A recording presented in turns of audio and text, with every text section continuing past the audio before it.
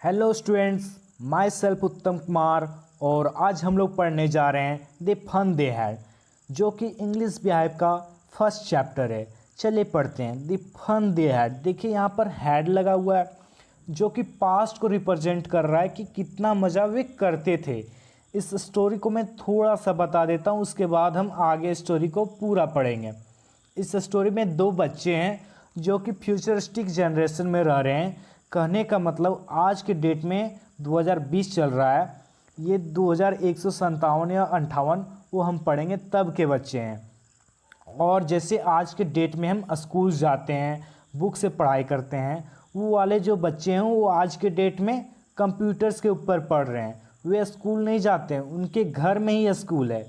कहने का मतलब इतना ज़्यादा आधुनिकीकरण हो गया है, इतनी ज़्यादा मशीन आ गई है कि आदमी अब उन्हें नहीं पढ़ाते हैं। जैसे हम लोग को टीचर्स पढ़ाते हैं, मैम पढ़ाती है, उनके केस में क्या होता है, उन्हें रोबोट पढ़ाता है, मैकेनिकल टीचर पढ़ाते हैं। तो एक दिन क्या होता है, उन बच्चों को अपने दादाजी के भी दादाजी का एक पुराना बुक मिलता है। तो वे बच्चे सरप्राइज होते हैं। कहने का मतलब ये है कि जैसे कि देखा होगा आपने, आजकल के बच्चे यूट्यूब चलाते हैं, गेम्स खेलते हैं, लेकिन क्या पहले ज़माने के लोग अपने टाइम में ये गेम्स खेलते थे? नहीं खेलते थे। वे लोग अपने टाइम में घरों के बाहर खेलते थे। लेकिन अगर आजकल के बच्चे को बाहर खेलने के लिए बोले तो वे बच्चे सरप्राइज होंगे। ऐसे ही इस स्टोरी के अंदर दो किरदार है जो कि उन्हें बहुत सरप्राइज होता है कि पुराने ज़माने में इस टाइप्स के स्कूल होते थे। तो चलिए शुरू करते हैं स्टोरी को। Before you read the story we shall read is set in the future. और जो स्टोरी हम पढ़ने वाले हैं ये फ्यूचर पे है। When books and schools as we now knew them will perhaps not exist. जैसे कि आज के डेट में हम बुक्स पढ़ते हैं और जो स्कूल होते हैं, लेकिन फ्यूचर में ये सब चीज़ नहीं है। How will children study them, उस टाइम के बच्चे किस प्रकार पढ़ाई करेंगे। द डायग्राम बिलो में गिव यू सम आइडियाज़। अब आप ही देखो आने वाले फ्यूचर जनरेशन में किस प्रकार पढ़ाई होगा। लर्निंग थ्रू कंप्यूटर, कंप्यूटर पे पढ़ा जाएगा। वर्चुअल क्लासरूम, हम लोग का जैसे क्लासरूम रहता है, उन लोग का क्लासरूम में सिर्फ कंप्यूटर्स रहते हैं, रोबोट रहता है। रोबोटिक टीचर, इन लोग का रोबोट ही टीचर होता है। मूविंग ई टैक्स, इन लोग के कंप्यूटर में ही बुक्स रहते हैं। Margie even wrote about it that night in her diary. अब देखिए स्टोरी में मार्गी एक छोटी बच्ची का नाम है, वे डायरी लिखती है। उसने अपने डायरी में क्या लिखा, मार्गी इवन रॉट अबाउट इट। उस दिन भी मार्गी अपने डायरी में लिखी, क्या लिखी, ऑन द पेज हेडेड 17 मई 2157। यानी जैसे अभी 2020 चल रहा है, उस टाइम में 2157 वाला साल चल रहा था। यानी कि करीबन अभी से 137 साल के बाद उसने लिखा अपने डायरी में के ऊपर 17 मई 2157। Today Tommy found a real book. आज टॉमी को क्या मिला, एक रियल बुक मिला, असली का किताब। ये कौन लिख रही है, मार्गी लिख रही है अपने डायरी में। और किसके बारे में लिख रही है, टॉमी के बारे में, जो कि एक दूसरा बच्चा है। It was a very old book, और ये बुक कैसी है, बहुत ही पुरानी। Margie grandfather once said that when he was a little boy his grandfather told him that there was a time when all stories were printed on paper। अब देखिए मार्गी के दादाजी ने मार्गी को ये बताया था जब वे एक छोटे बच्चे थे। कौन, मार्गी के ग्रैंडफादर, मार्गी के दादाजी जब एक छोटे बच्चे थे, उस टाइम से जो बुक्स होते थे वे सब बुक्स किस में प्रिंट होते थे, पेपर पर प्रिंट होते थे। तुम्हारे जैसा उस टाइम कंप्यूटर नहीं होता था। कौन बोल रहा है, मार्गी के दादाजी। किसको बोल रहे हैं, मार्गी को बोल रहे हैं। They turn the pages which where yellow and crinkly. अब देखिए दे किसके लिए यूज़ हो रहा है, मार्गी और टॉमी के लिए। उसने बुक्स के पेज पलटे जो कि पीला पड़ गया था और पेज में से लाइन आ गई थी। आप देखे होंगे जो भी पुराना बुक्स होता है वे बुक्स रखे रखे पीला पड़ जाते हैं और उसमें लाइन्स आ जाती है। And it was awfully funny to read words that stood still instead of moving the way they were supposed to on a screen you know. अब देखिए उन बच्चों को बुक्स पढ़ने में फनी लग रहा था। क्यों? क्योंकि उन लोग तो कभी बुक्स देखे ही नहीं थे अपने जीवन में। क्यों? क्योंकि उन लोग तो कंप्यूटर्स पे पढ़ाई करते थे। अब उन बच्चों को फनी क्यों लग रहा था? क्योंकि बुक्स में जो वर्ड्स थे वो स्टिल थे। कहने का मतलब अगर पेज नंबर 9 में लिखा हुआ है वो 10 साल के बाद भी वही लिखा हुआ रहेगा। ये देखकर उन लोग को फनी लग रहा था। क्यों? क्योंकि उन लोग तो कंप्यूटर्स पे पढ़ रहे थे और अगर कंप्यूटर स्क्रीन में जो लिखा है वो थोड़ी देर के बाद हट जाएगा, लेकिन जो बुक्स में लिखा हुआ है वो कभी हटेगा नहीं हटेगा। ये देखकर उन लोग को फनी लग रहा था।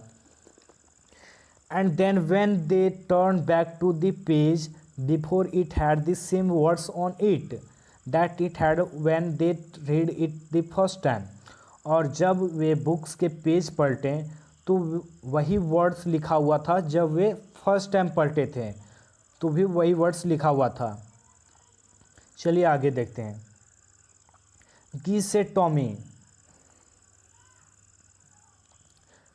What a waste! When you are through with the books, you just throw it away, I guess। अब देखिए, अब टॉमी कहता है क्या यार, क्या बकवास की चीज़ है ये अगर इस तरह के का बुक्स होता था तो इसका मतलब ये एक बार पढ़ने के बाद बेकार है, ये मैं तो इन्हें फेंक दूंगा। टॉमी क्यों कह रहा है? क्योंकि आज के डेट में वो कंप्यूटर्स पे पढ़ता है। अगर अभी कंप्यूटर स्क्रीन में कुछ लिखा है तो वो थोड़ी देर के बाद कुछ और लिखा हुआ रहेगा। Our television screen have must have a million books on it and it goods for plenty more. अब वह कह रहा है, किसको वह कह रहा है? मार्गी को बता रहा है हम लोग का जो टेलीविज़न स्क्रीन है उसके ऊपर तो ऐसी जैसी ये एक किताब है ऐसी मिलियंस और बुक आ जाएं और ना जाने कितने और आ जाएं। I wouldn't throw it away, और मैं कंप्यूटर स्क्रीन पे एक बार पढ़ने के बाद मैं तो इन्हें नहीं फेंकूँगा। क्यों? क्योंकि उसके ऊपर तो नई बुक्स आ जाएंगी, नए वर्ड्स आ जाएंगे, लेकिन ये जो बुक्स है ये तो एकदम ख़राब है। सेम विथ माइंड सेड मार्गी। मार्गी ने कहा यही मेरे साथ ही है, बिल्कुल ditto. She was 11 and hadn't seen as many telebooks as Tommy had। He was 13। अब देखिए यहाँ पर ध्यान से मार्गी की यहाँ पर एज बताई गई है। जो मार्गी है 11 साल की है और टॉमी है 13 साल का है। She said, Where did you find it? अब मार्गी पूछ रही है किससे? टॉमी से। अरे भैया ये बुक्स तुम्हें कहाँ मिली? In my house। He pointed without looking because he was busy reading in the attic। उसने कहा अरे यार घर में ही मिली। एटिक का मतलब आप देखिए राइट साइड में दिया हुआ है, a space just below the roof used as a store room. जो बिल्कुल छत के नीचे वाला हिस्सा होता है जहाँ पे सामान वगैरह रख देते हैं हम लोग, स्टोर रूम की तरह यूज़ किया जाता है। तो उसने कहा अरे यार एटिक में मिली है। What's it about? तो मार्गी पूछती है इसका टॉपिक क्या है? तो वो रिप्लाई करता है स्कूल के बारे में है। मार्गी वॉज स्कॉर्नफुल स्कूल। अब मार्गी एकदम बुरा सा मुंह बना लेती है, एकदम उसे बहुत बुरा लगता है जैसे ही वह टॉपिक सुनती है school. What's there to write about school? I hate school. अब मार्गी कहती है स्कूल के बारे में लिखने की क्या ज़रूरत है यार, मुझे बहुत गंदे लगते हैं school. I hate school. Margie always hated school but now she hated it more than ever. Margie को स्कूल से हमेशा से ही बुरा लगता था, लेकिन इन दिनों में उसे सबसे ज़्यादा नफरत होने लगा। The mechanical teacher had been giving her test after test in geography and she had been doing worse and worse until her mother had shaken her head sorrowfully and send for the county inspector. अब देखिए यहाँ पे words आया mechanical teacher. फिर से मैं आप सबको बता देता हूँ, जो मार्गी का टीचर है वो हम लोग के जैसे नहीं है। जैसे हम लोग का टीचर्स या मैम होते हैं, लेकिन उनके केस में यहाँ पे कौन है, उन्हें मैकेनिकल टीचर ही पढ़ाता है। उसे आजकल इसलिए बुरा लग रहा था अपने टीचर्स या उसका स्कूल, क्योंकि जो उसका मैकेनिकल टीचर था, रोबोट था, वो उसे एक के बाद एक टेस्ट देता था। कौन सा टेस्ट? ज्योग्राफी का। और उसमें दिन पर दिन उसका जो परफॉर्मेंस था वह ख़राब होता जा रहा था। Worse until her mother had shaken her head scornfully। और तब तक जब तक एक दिन उसकी मम्मी ने उसका सिर को बुरी तरह से नहीं हिला दिया और फाइनली काउंटी इंस्पेक्टर के पास भेज दिया। किसको? उसके टीचर को। अब देखिए उसका टीचर कौन है, रोबोट। और मार्गी की मम्मी ने काउंटी इंस्पेक्टर से बोला कि देखिए इस बच्ची में या फिर इसके टीचर में तो कोई कमी नहीं आ गई। अब देखिए काउंटी इंस्पेक्टर कौन है? जैसे आज की डेट में हम लोग लैपटॉप को पे काम करते हैं और कहीं वे ख़राब हो जाते हैं तो उसे किसके पास ले जाते हैं? साइबर कैफे के पास ले जाते हैं और वह उसे ठीक कर देता है। इसी तरह उनके केस में रोबोट को ठीक करने के लिए कौन है? काउंटी इंस्पेक्टर है। He was a round little man with a red face and a old box of tools with a dowels and wire। अब यहाँ पे ही किसके लिए यूज़ हो रहा है? काउंटी इंस्पेक्टर के लिए। और वह कौन था? Round little man with a red face, और उसके पास बहुत सारा टूल्स था। He smiled at Margie and give her an Apple.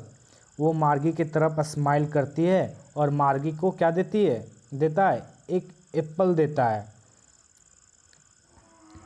Then took the teacher apart. और फिर टीचर्स को कहाँ ले जाता है? एक अलग जगह पे ले जाता है अपने साथ उसे। और उसका टीचर्स कौन है? एक रोबोट है। मार्गी had hoped he wouldn't know how to put it together again, but he knew how all right, and after an hour or so there it was again।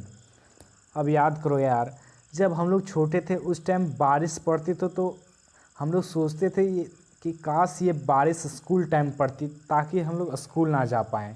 ऐसे ही यहाँ पर मार्गी सोच रही है कि यार काश मेरा टीचर ठीक ही ना हो, इसमें कोई ऐसी कमी आ जाए जिसको काउंटी इंस्पेक्टर ठीक ही ना कर पाए, तो ना होगी ये ठीक, ना मुझे पढ़ना पड़ेगा। लेकिन जो काउंटी इंस्पेक्टर था उसका तो ये रोज़ का काम था, वो तो उसे 1 घंटे में ही उसे वापस ठीक करके ले आया। There it was again large and black and ugly. और फिर से आ गया with a big screen on which all the lessons were shown and the questions were asked.